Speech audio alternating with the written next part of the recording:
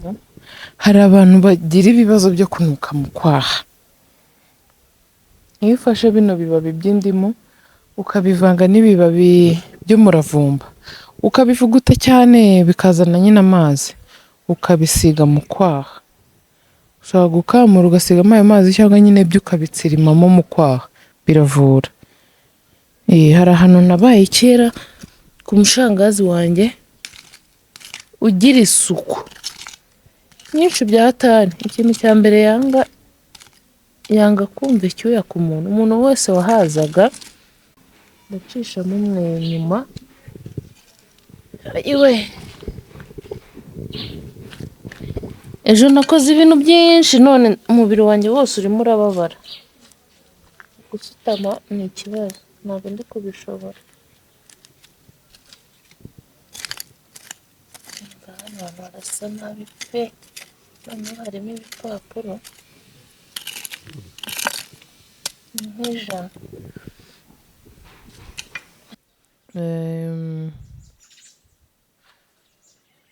Hari umuntu wanditse witwa Mukamana, nkunda ukuntu wirekura uri kumwe na papa w'abana bawe, nkunda kapo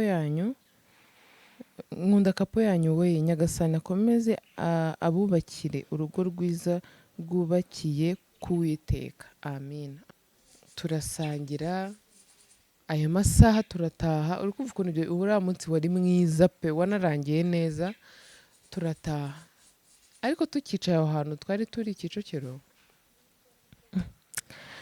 naricaye nkajya nibuka ukuntu byagenze, ndahindukiye ndamubwiye, none se uri kwiyumva gute? Ngo wamfashisha, ngo wamenyereye.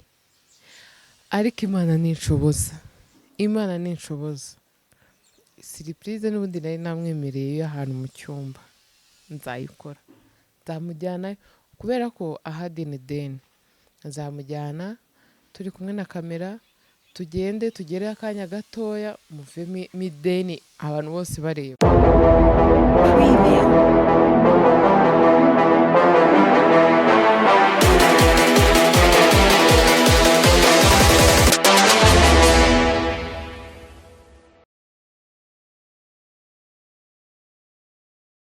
Muraho mwihangane, muraho neza, amahoro y'Imana abane namwe.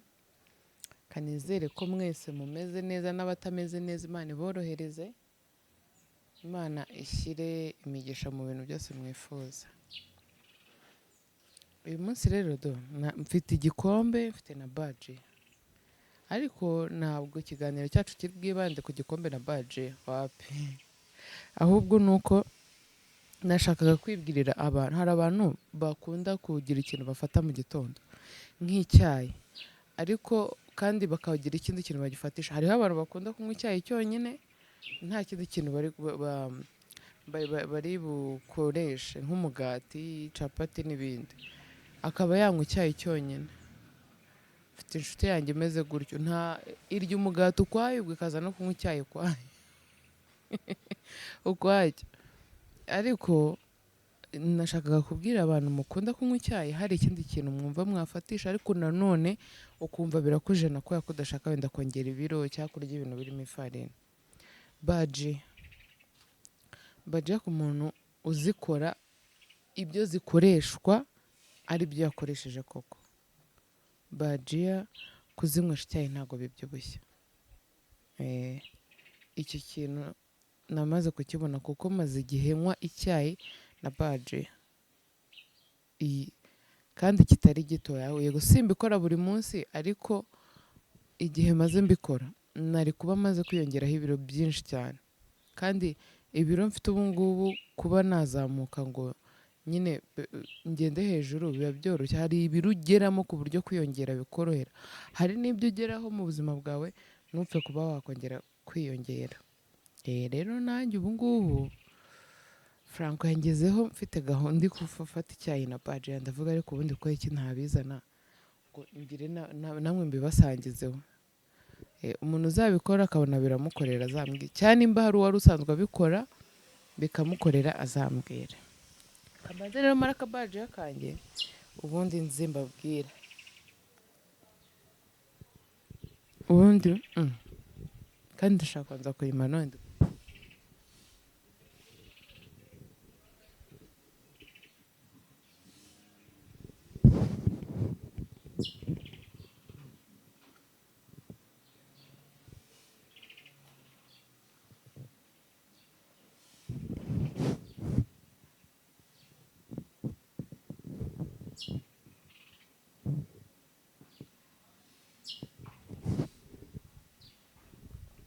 Nari ndi guhekenya nibuka kera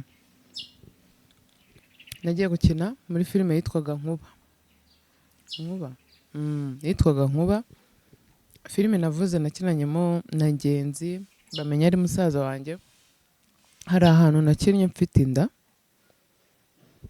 noneho bampa karoti nyine kumwe umuntu arya muri yanda nyine bikiri ntoya ukagira ibintu urya bikakugwa nabi. Aho nagombaga gukina sene ndi guhekenya iyo karoti, nyuma bikangwa nabi nkabigarura. Ariko ukuntu nahekenyaga, usibye ko n'ubu ushobora kuba ariko nyihekenya nyine ntibabibone. Nahekenye inshuro utabara, bakambwira hekenya nkajya gutyo. Inshuro nasubiyemo ako ntabwo nazibara.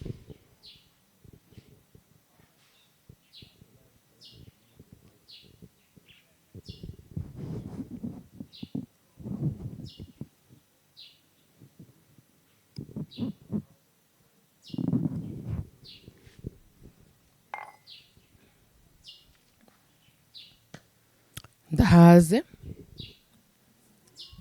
umuntu uri kundeba ashonje yihangane. Uzi ukuntu iyo ushonje ukabona ibiryo inzara yiyongera kurushaho. Mw'abantu mwe tentire irandya nsigaye mpora nishima kandi noga buri munsi mu mutwe nkasigamo n'amavuta. Irandya. Abantu mwabonye amabara mfite mu mutwe mumbwire, mwabonye arangaye?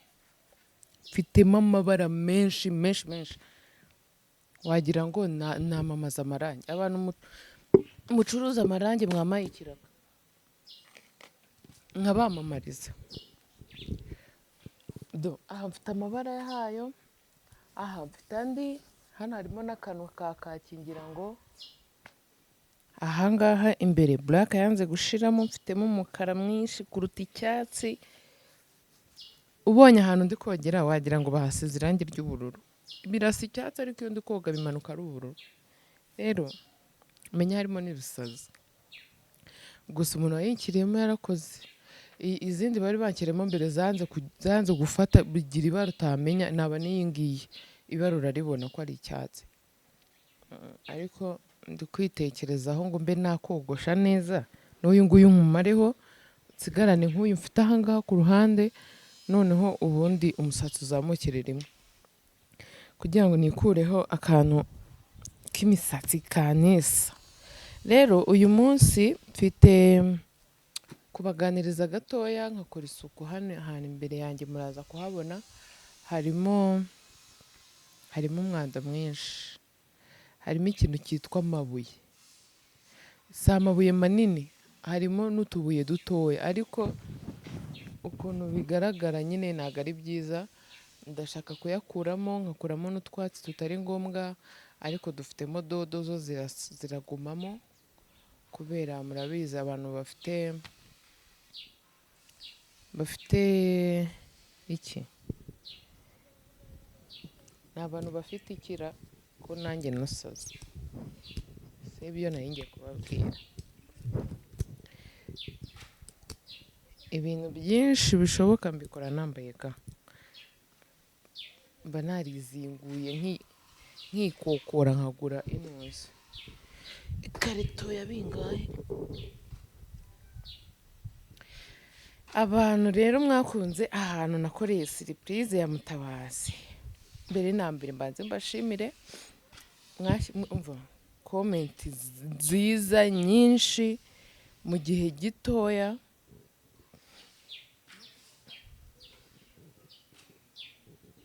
Mu gihe gitoya abasabu bari kwiyongera. Mana ijye bamera namwe byose kabisa, kuko nanjye byose muba mwabimpaye.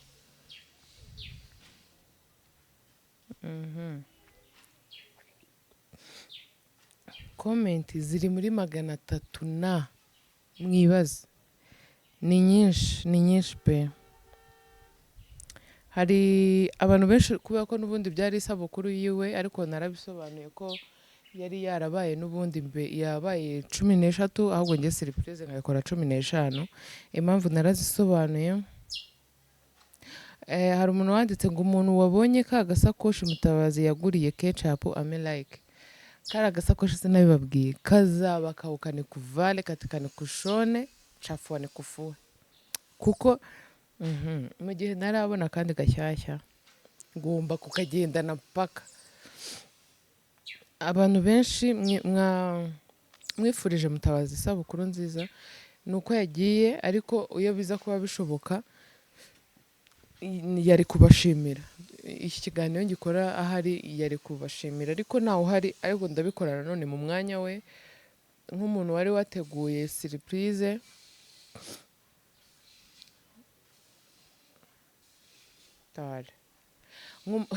Nk'umuntu wari wateguye surprise ndabashimira. Betse uzurebe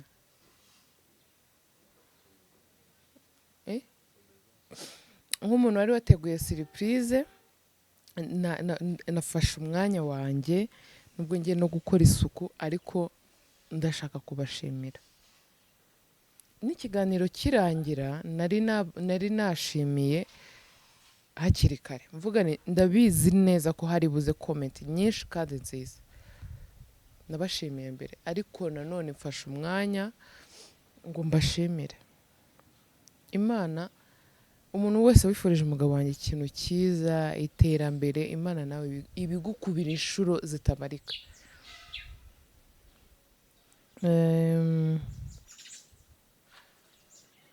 Hari umuntu wanditse witwa Mukamana, nkunda ukuntu wirekura uri kumwe na papa w'abana bawe, nkunda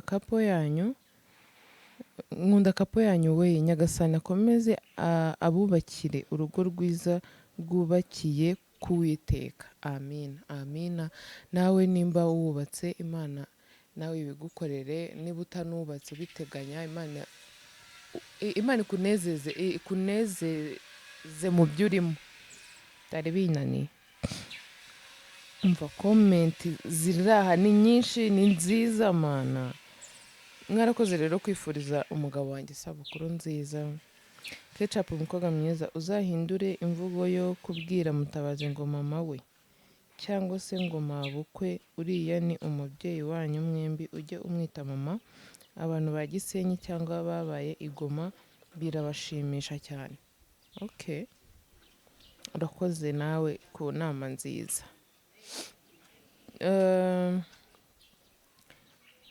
Kaneza yaranze, Imana igikomeza amaboko mu rugo rwanyu, ikomeze ibubakire mu urugo rw'umugisha. Amina. Nukuri ko Imana mwarakoze ku ma message meza, ku nama harimo message zo kungira inama z'uko mwishimira kapo yacu, munamubwira isabukuru nziza. Hari n'umuntu wanyandikiye ngo ntuzongere gusuka kogosha birakubereye. Urakoze. Nuko tentire zanengushye muri iyi minsi, ariko Imana ninshoboza ntabwo nzongera gusuka vuba. Nshaka munansengere bikunde, mfata akarejime ndeka akavuyo, mfata akarejime ngabanye ibiro, mere ngo nyororoke.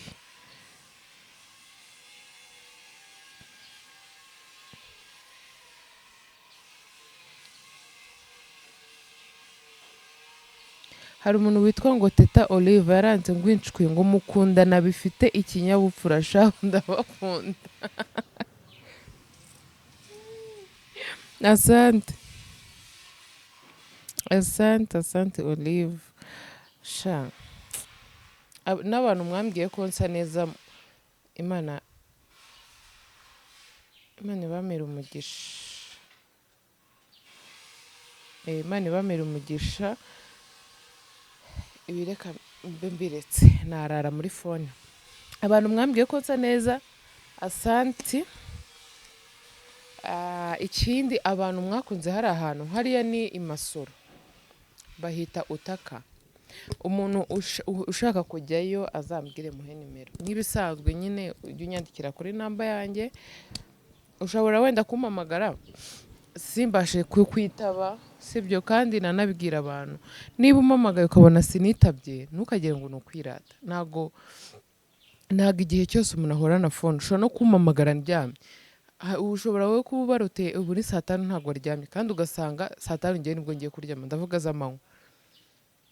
Ushobora kubara ngo ubu ni saa mbiri saa moya za mu gitondo ntabwo aryamye, ukampamagara kandi aribwo nyiryama, urumva sinakwitaba. N'abantu hari abantu ushobora bajya bambipa nka saa 12 za mu gitondo, se biba bimeze gute? Ushobora kumpamagara muri aya masaha nyiryamye ntibikunde. Icyiza rero kubera ko akenshi nsangamo nimero nyinshi zampamagaye, hari igihe mpamagara zimwe, hari igihe nabwo mbyuka mpita mba bize bikagira bikananira cyane ko iyo abana bari kugenda bakura inshingano mu rugo nari mfite ziriyongera, n'izo nari mfite bisaba kuzishyiramo imbaraga nyinshi. Rero nsigaye ngira akazi kenshi mana, kaba akiwacu kaba akahehe gasigaye ari kenshi. Ushaka kumpamagara rero aribyo nari kukubwira simbashe kukwitaba. Icyiza rero ujye unyandikira message, unyandikira ikintu ushaka kumbwira, nimba wenda ari namba y'ahantu ushaka naza kuza guhuguka n'ubundi nkayibura, kuko message urumva ntabwo ihita iva muri telefone, nkaza kuza kuyiguha. Hari n'abantu bansabye ngo nimero z'ahantu naguriye nyine twa dusarubeti. Turiya dusarubeti hari muba ntarasubiza, munyihanganire, ndi mu nzira zo kubasubiza kugira ngo muzatubone biboroheye, kuko ntabwo turi i Kigali. Ikindi abantu abakobo baranyandikiye kuri namba yanjye, barambwiye ngo ahantu twaguze kari agasakoshe ngo ni hehe, ngo mbahe nimero. Rero kuba katari ngewe wishyuye nta namba nari mfite, kandi message zari zimaze kuba nyinshi muri telefone ya boss wanjye. Ariko uyu munsi ndarara mbisoje, uko byagenda kose nanazigumane ku buryo ntihagira undi muntu uzimbaza nzazimuhe. Ariko abantu mvuga ibintu mukora, kuki mutajya mwibwiriza ngo mwohereze gift? Azi uko mba nabamamarije nkanatanga nimero zabo. Ngewe nta mutima mubi, nta roho mbaya nigirira. Iyo umuntu asabye nimero z'ahantu nakoreye ikintu runaka kikajya kuri YouTube abantu bakakimenya, ndabikora, ndagira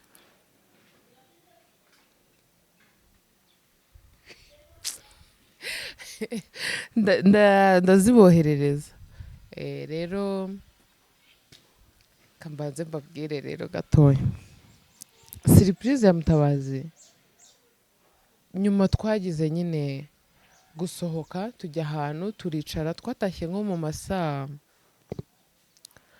5 hafi saa 6. Twicaye aho hantu, nyuma aho byanabaye byiza, aho hantu twagiye kwicara twarahageze, papa wanjye araza, nusura twari tukiri kumwe na pare n'abandi bantu baje, ukumva nka 3 cyangwa 4, turasangira ayo masaha turataha. Uri kumva ukuntu uriya munsi wari mwiza pe, wanarangiye neza, turataha. Ariko tukicaye aho hantu twari turi Kicukiro, naricaye nkajya nibuka ukuntu byagenze. Mutabazi nkaba ndahindukiye ndamubwiye, none se uri kwiyumva gute? Ngo wamfashisha, ngo wamenyereye. Ariko Imana ninshoboza surprise n'ubundi nari namwemereye ahantu mu cyumba, nzayikora, nzamujyana kubera ko ahadini deni. Nzamujyana turi kumwe na kamera, tugende tugere akanya gatoya muve mideni abantu bose bareba, ubundi kamera yitahire, natwe dusigare tumenye niba turi butahe cyangwa tutari butahe. Nuko gahunda zizaba zimeze. Naricaye nkajya mwitegereza nkareba ukuntu yitonze, nkumva nanjye ndishimye. Uzi gukorera umuntu surprise akakuvumbura, uzi ko umera nkaho umera nka kwa kundi nyine uhita wumva umushinga wawe warawize nabi, uhita wumva nta kintu kizima ushoboye, ukafata aka kantu k'amasaha ngahe gatumye bamfata. Kuko gukora surprise wowe uri kuyikora ugira ubwoba, ugira akantu ko kujagarara muri wowe, uba umeze nyine uravuga akatafata yabimenye akantu kose ugahita wumva ko ari wowe ari gukeka. None hari n'igihe umuntu yikorera akubwira ati ndi kugukeka. Nk'ubu njye mvuka mu kwa kabiri tariki 11, nko kuva ku itariki 10 ushobora kumpamagara uri inshuti yanjye ukambwira utuntu nkakeka. Ku munsi wanjye neza nyirizina ushobora kumpamagara ukambwira utuntu nkakeka. Ku munsi ukurikiyeho ushobora kumpamagara ukambwira utuntu nkakeka.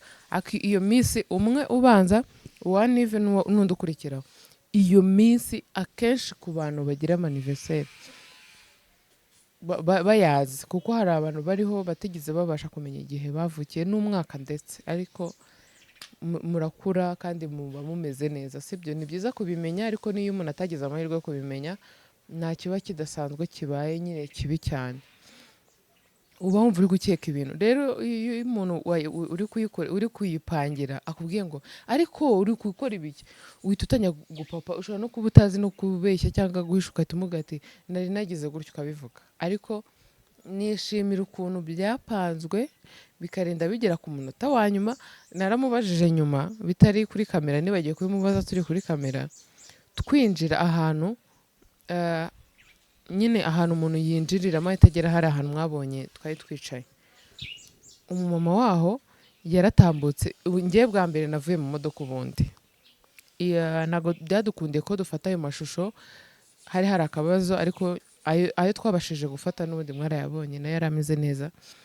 Twasohotse nyine, baraje baradukingurira, imodoka irinjira, ngiye nkoresha uko nshoboye mvamo bwa mbere, ndambwira ndaje. Urumva nari namubwiye ko ngiye kumujyana ahantu kuryama, kandi yumvaga ko ninjye uzi ibyaho wagomba gutuza akagumya imodoka ngasubira kumufata.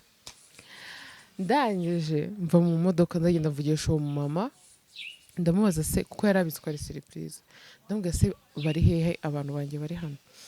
Turajyana, arahanyereka ko ntabwo nari nzi ahantu yadekoye, arahanyereka aranabanyereka. Noneho magera nyine nk'uyirebesha inzira y'aho tugiye, nsubira inyuma. We ko yari ari imodoka yumva ko maze kubona aho tugiye, ndagenda ndamubwira ngwino tugende. Ati se ibiryo? Kuko twajyanye ibiryo mwarabibonye, hari harimo akaradiyo. Ndamubwira none ibi bintu ndagaruka kubitwara, reka dutware radiyo gusa. Ndagafata turagenda. Aho hantu rero binjirira twanahinjiye n'ubundi atarabona ko gahunda yahindutse. Twarahinjiye, abonye abari bahari nibwo yahise abona ko gahunda itakiri yayindi. Nyine naramufashe pe, ku mugari we naramumenyereye, naramufashe. Surprise igenda neza cyane. Amagambo ya surprise rero ninkomeza kuyivuga ntago ari burangira. Abantu rero mukunda ibitumbwe, hano twejeje ibitumbwe.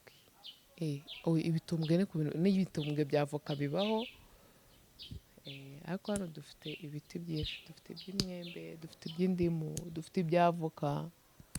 Abantu rero mukunda imyembe iteze nkanjye hano, ariko batwite, njye sinwite, ariko ubwo ndabwira abatwite uzumva ayishaka azambwire mwoherereze umwembe.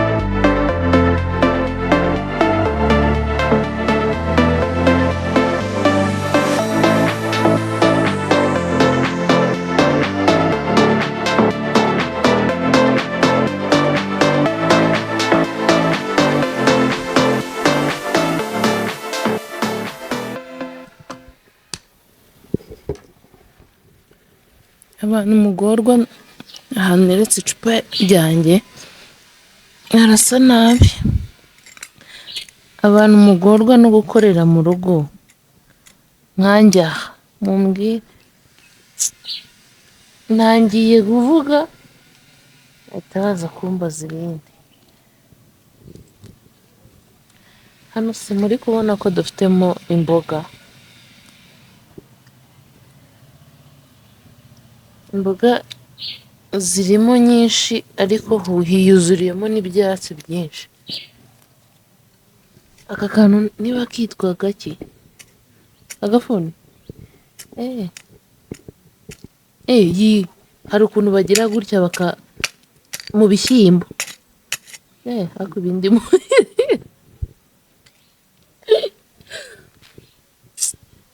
bwarayase.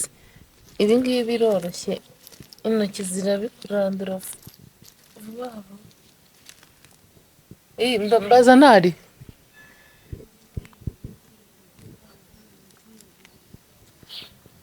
ntabihari. Se hari hariho brokoli na courgette na shufurere harya umunsi ni kuwa gatatu, kuwa kane, kuwa gatanu hariho iki?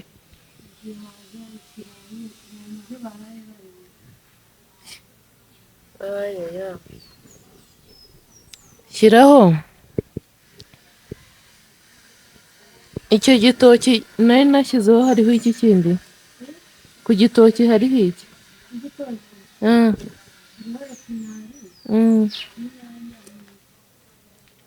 Si wabikora gutya ariko ifi ntuyishyiremo, cyangwa nimba ubona kuwa gatandatu hariho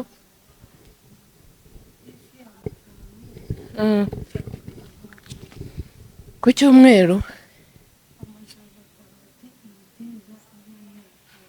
kora inonse epinari, sibyo? Ibyo byo kuwa gatatu cyangwa uri gusoma hakana, uri gusoma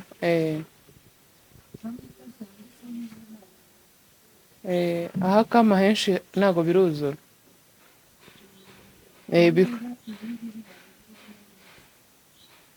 Bikore gutyo. Mw'abantu mwe, brokoli zarabuze na shufurere, njye mfite ahantu hamwe mbigura, ubwo iyo nsanze ntabyo bafite nyine ndipapa nkanimama kuri ibyo. Kandi abana uyu munsi bagombaga kurya brokoli na shufurere na courgette. Bibe na courgette narayibuze, naraye ngiyeyo nanjye bwije nsanga bitahiye, kandi bari bambwiye ngo baranzanira. Mba nzashaka umuntu uzajya abindanira mu rugo kuko ndaremerewe. Sinari ndi kubabwira ukuntu gukorera mu rugo aba ari zagarazagara, nkibivuga mbona haje undi, ariko ntacyo biba bitwaye. Mugabo muranyumva neza cyane kuntu ko namwe bibabaho. Ushobora no kuba udakorera mu rugo, uri ku kazi wifite akavuyo k'imirimo yawe nyine yo ku kazi, mu rugo bakahita baguhamagara. Aha hantu ntababeshye ntago nahakora ngo marangize uyu munsi, ndongera amakore ntari njyenyine.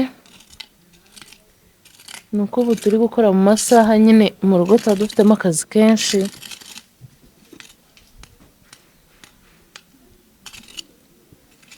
Uyu munsi ntabwo ari njye watetse, abakobwa b'iwacu nibo batetse, niyo mpamvu ndi hano njyenyine, nta muntu mfite uri kumfasha. Ariko umunsi tuzakora tuzindutse tuzafatanya hano hantu tuhakore tuhite tuharangiza. Abantu mushaka ko nzabafasha gukora horeri y'umwana mukuru, hari igihe uba ufite nk'umwana utaha saa sita cyangwa saa munani avuye ku ishuri, muzambwire mbasangize kuyo dukorera kame. We mukorera mu gitondo kubera ko nubwo ku ishuri bagira ikintu bafata, ariko ibyo ku ishuri simba mbizi kuko ntabwo arya mureba, ariko mu rugo ahava hari ibyo afashe,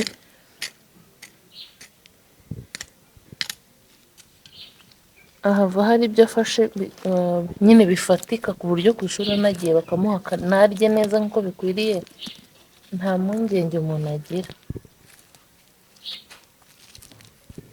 Ariko nzayibasangiza uko byagenda kose, ngomba kubikora, ngomba kwibwiriza, ubundi sinakabaye mvuga gutya. Ubunebwe bunyishe nta naho ndagera, ndacishamo umwe nyuma. Iwe ejo nakoze ibintu byinshi, none umubiri wanjye wose urimo urababara. Gusutama ni ikibazo, ntabwo ndi kubishobora. Hano hantu harasa nabi pe, noneho harimo ibipapuro nk'ijana.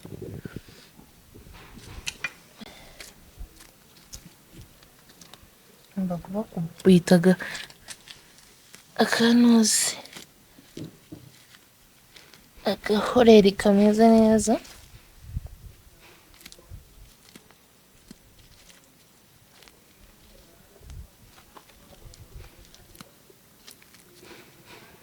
Bino bintu rero harimo ibikomeye bifite imizi bidashaka kuvamo. We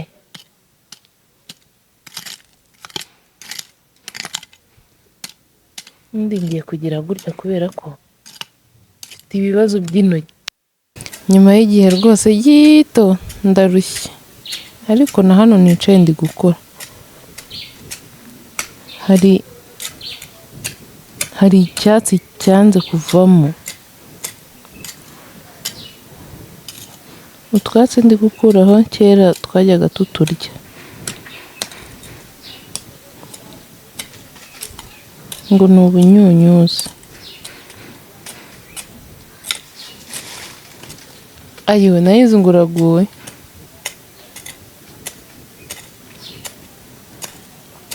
Hari utuntu tuba dufite imizi ishaho ya danje, kandi hejuru ari gatoya ari amafuti.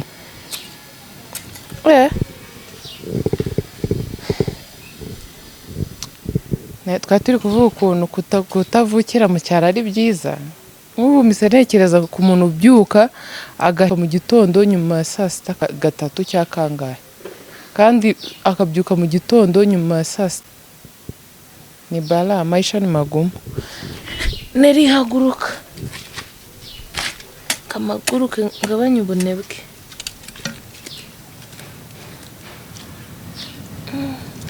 Harimo inosho.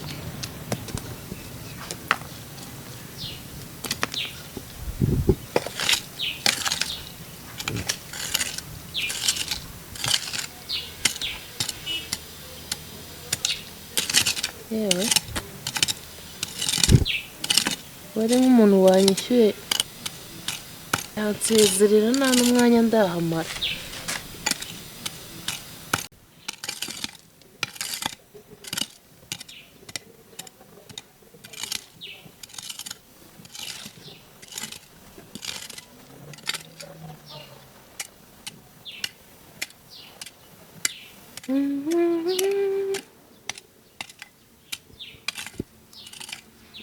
Hano dufite imicayicayi, dufite indabyo, numva tutari ababosi ku micayicayi. Hano ndi gukora hari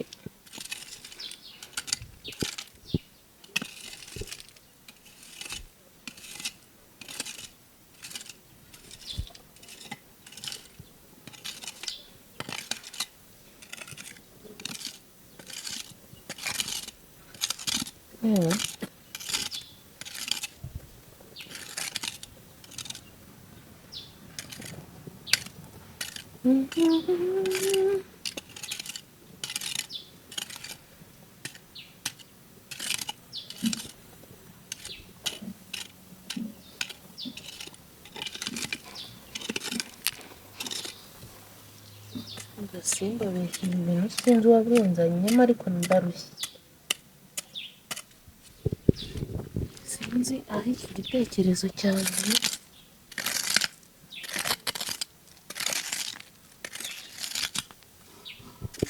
ariko gutya biranyorohera gukuramo imyanda.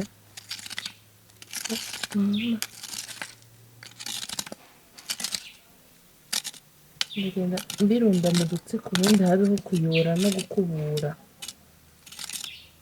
bitabyihuta.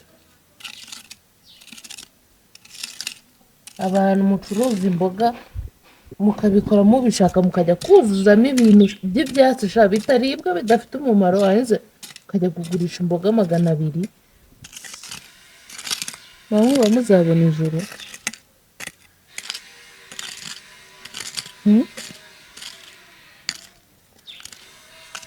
Biriya ni ibiki koko?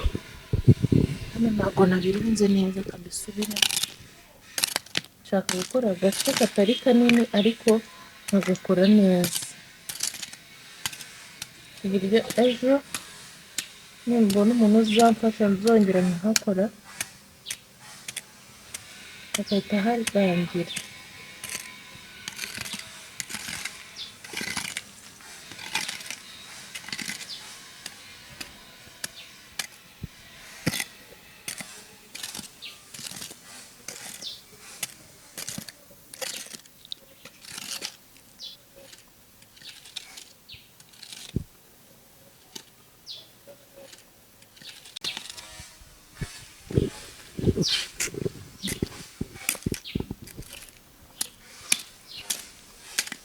N'abana muri iyi minsi hari kugwa imvura, iki gahunda z'abanyarwanda.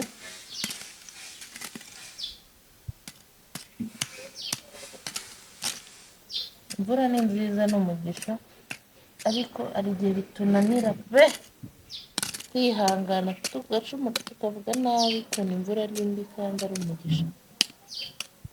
Iyo yabaye nyinshi ikisha utugahunda umuntu yagakoze kare.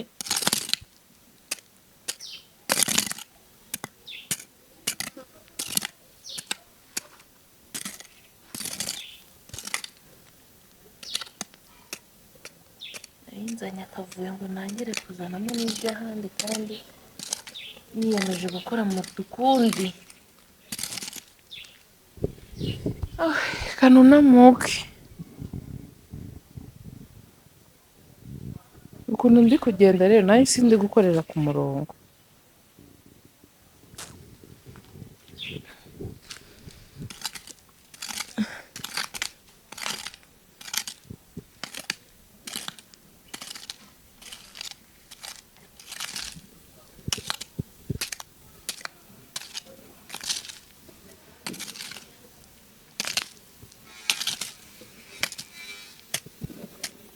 Abantu mubona ndi kubikora nabi mu nkosore ukuntu nakabaye mbikora,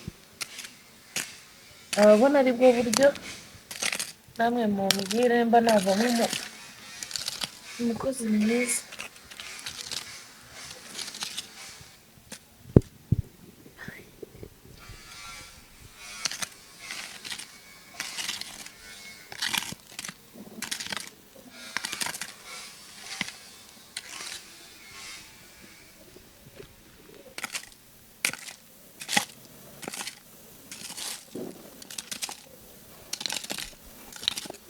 Ibi bitaka ni ugukuramo umwanda ubundi umuntu akabisanza neza ariko hasa neza hatarimo n'ibibuye binini cyane.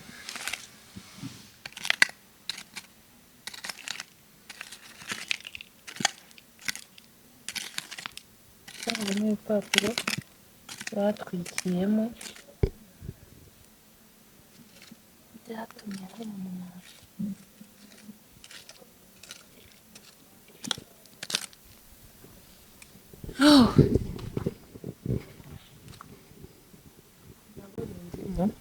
Hari abantu bagira ibibazo byo kunuka mu kwaha. Iyo ufashe bino bibabi by'indimu ukabivanga n'ibibabi by'umuravumba ukabivuguta cyane bikazana nyine amazi ukabisiga mu kwaha, ushobora gukamura ugasigamo ayo mazi cyangwa nyine byo ukabitsirimamo mu kwaha, biravura.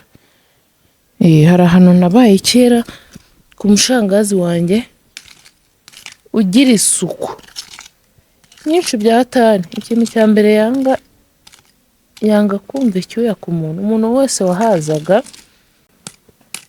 nk'igihe yagiraga abantu sindi buvuga abo ari bo batiyumva bakavuga ati Imana ko Neri nta banga agira, nka babiri bajyaga bahaza akababwira ati ehehe sinshaka ukomeza kumera gutya, akahita amurangira umuti n'amazi yaraye mu safuriya y'ubugari nayo aragira, nayo avura umwuka mubi wo mu kwaha.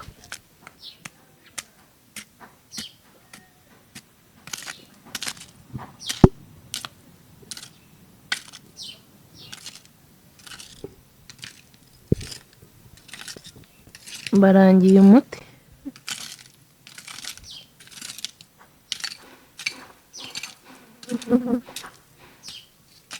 ayiwe amahoro aranyishe.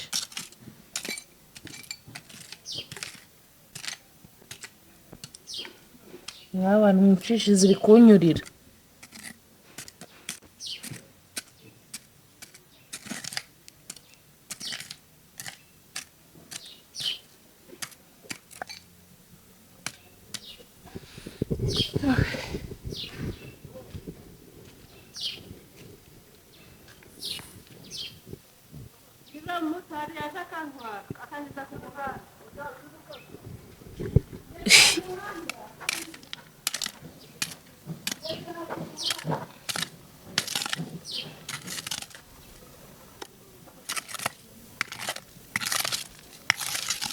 N'ababeshyi ndumva ndetse ngiye no kubirekera aho ngaho. Niba nkoze akantu kangana iki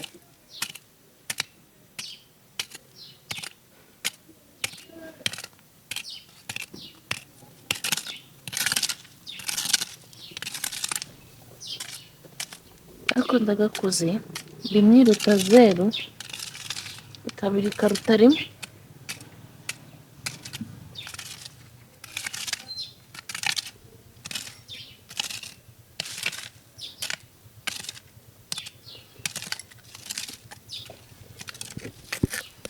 Njye hari ikintu nshaka kwibariza abantu, mumfashe munsubize muri comment. Ubuzima urimo kano kanya buramutse buhindutse bukajya hasi cyane n'ubwo wari ufite, ubona wakora iki?